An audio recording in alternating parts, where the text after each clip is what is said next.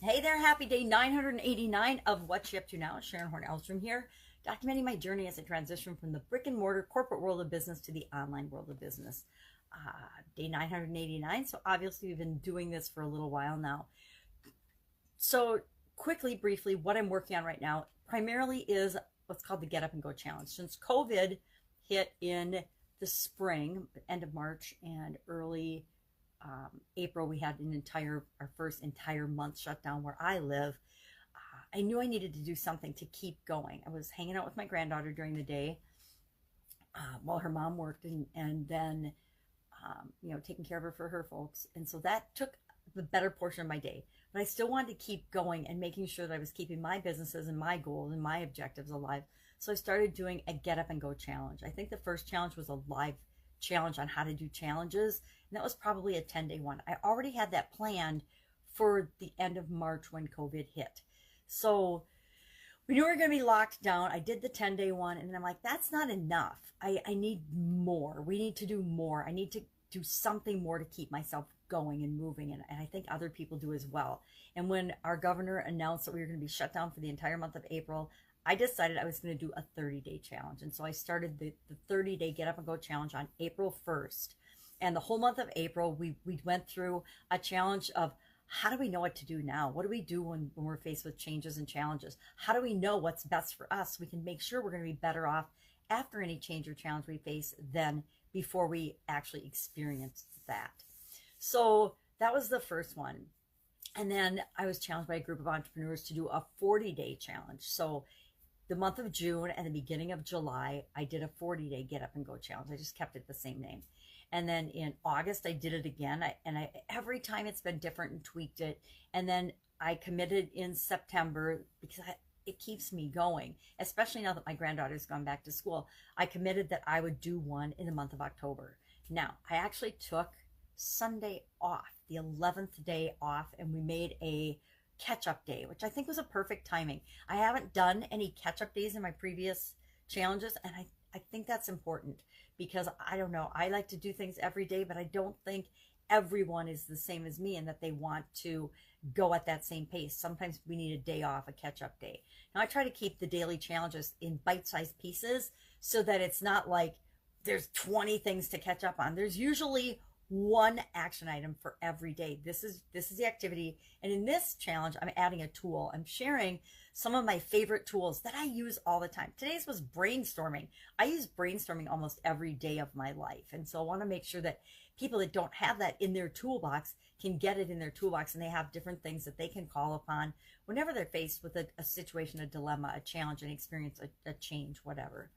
So today we talked about the Owen soap, created then. By the time I got to, I think, the second or third round of the Get Up and Go challenge, I got the idea of this soap framework, because we all have frameworks. Frameworks are just the way we do things, right? It's like a process or a system. It's the way we do things. And we all have the way we do things, but, excuse me, it's not necessarily going to achieve the best outcome for us. So as I started thinking about, well, how I faced, a lot of challenges that most people have never faced and never overcome. So to me, COVID has not been this huge, overwhelming, I can't figure it out challenge. It was just like, hey, it's a Tuesday. What are we going to do today? Because I've had other challenges that have had me having to deal with situations that are just as bad as what most people are experiencing right now, if not worse in some aspects. So I thought, well, how have I dealt with this? How have I really done it? And I thought, well, how can I teach this framework to other people so that they can have it as a tool that they can use as well? And the best part is you can install it in your subconscious so that it'll kick in no matter what. And it's interesting because today's idiom for supersize your business was asleep at the switch. And asleep at the switch reminds me of when you're doing something and you go through autopilot. Now, asleep at the switch means you don't successfully perform your job. But think of all the times we've driven to work or driven someplace that we go repeatedly and we don't even remember the drive. We remember leaving our house. We remember arriving at work safely, but we have no actual recollection of sometimes the 45 to 60-minute drive that we just made.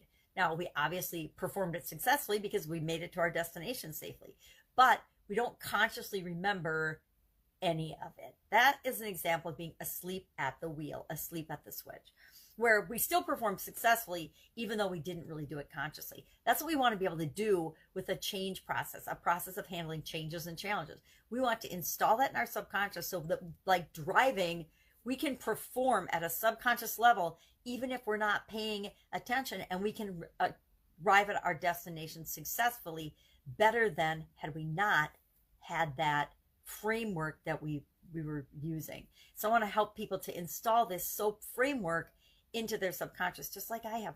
Like every time I face a challenge or things now, I didn't used to always. I used to get super duper frustrated and upset. Now I'm using it and applying it to technical things like on the computer, figuring things out on the computer. And I am light years better than I was 2 years ago. I used to, something would change. Facebook would change their format like they recently have. And I would like be all frustrated for weeks until I figured out all the little nuances and how I had to do what I was doing on their particular framework. Now I realize that frameworks are changing all the time. And I mean, platforms are changing all the time. Facebook, LinkedIn, all the different platforms. And if I want to choose to participate on them, then I have to be willing to just go with the flow and figure out the changes as they come down the pipe, because I have no control over what Facebook is going to do with their format or their algorithms. I have no control over what LinkedIn is going to do with their format or their algorithms any more than I have control over the weather, right? My granddaughter wants to invent a weather machine. When she does, I'll have her invent a social media machine too that lets us interact any way that we want to with each particular platform, whether they want to change it or not. So, asleep at the wheel. We're working on the O today for the SOAP framework, and that's all about options and possibilities, infinite possibilities. And so brainstorming is the perfect tool for that, for this first introduction to the O in SOAP. So we're brainstorming at least 10 possible ways to deal with the gap that was created in the S part of the framework, the story, our current situation, the story or the situation we're telling ourselves, and then our desired story and situation. There's a gap usually between those two, where we are to where we want to go. And then we need to start brainstorming possibilities of how we could fill in that gap. Not how we necessarily are, but all of the crazy different possible ways that we could move ourselves from where we are to where we want to go. Today we talked about, again, I said asleep at the switch, which it's really funny. The more I do these idioms, the more open-minded and creative I personally have to be, because some of them, you're like, well, how the heck does that relate to business? And I'll read them sometimes and I'll think, I don't know how I'm going to make this fit. And so far, today was day 589, and I didn't start counting right away. So I've probably done over 600 idioms already. And every single one, I don't remember when I started tying them specifically to business. The last 365 for sure. But I don't remember at what point. At first, I would just talk about the idioms. And then I wanted to do it for Supersize Your Business. So I started really tying it into business. And I might have done all 589. I'll have to go back and find the first one and see if and how I tied it to business. But anyway, I've been doing a lot of them, and there's always a way to connect pretty much anything to our businesses and our lives. So those are the things I'm working on. I finished a course yesterday on planning, momentum planning from Mental Block. I just had a total mental block against his name. I feel really bad. I can see his face. I can hear his voice, but I can't remember his name. Anyway, Alex Sharfin. Alex Sharfin's Momentum Planning and Momentum Planner. He did a whole course on a planning system for entrepreneurs, which I found really fascinating. I'm going to try it for a while because I have my own system, but I'm always looking to continually improve. So if I find something that I think might benefit or work for me, I test it out, I try it, I tweak it, I make it my own, and then I figure out, what pieces of it I can use and what pieces I don't benefit me. So I'm going to try it out, see how it works, and then decide if I want to keep doing it or not, if I want to share it with other people or not. So that is what I am working on. Otherwise, family, friends, construction, all kinds of crazy stuff going on always.